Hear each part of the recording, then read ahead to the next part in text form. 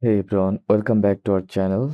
Today I'm going to show you how to add subdomain on GoDaddy in 2025.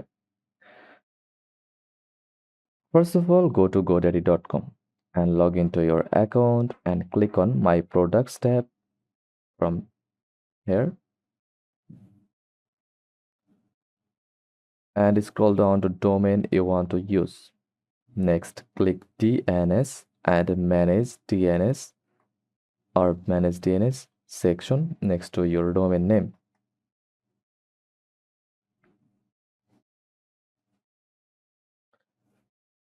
This will take you to the DNS management page where you control your domain records. Click Add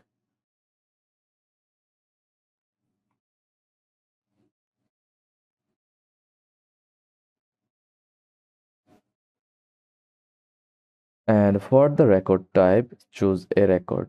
In the host field, type your subdomain name, for example, blog. In the points to field, enter the IP address of your server or hosting. Set TTL to default and click Save.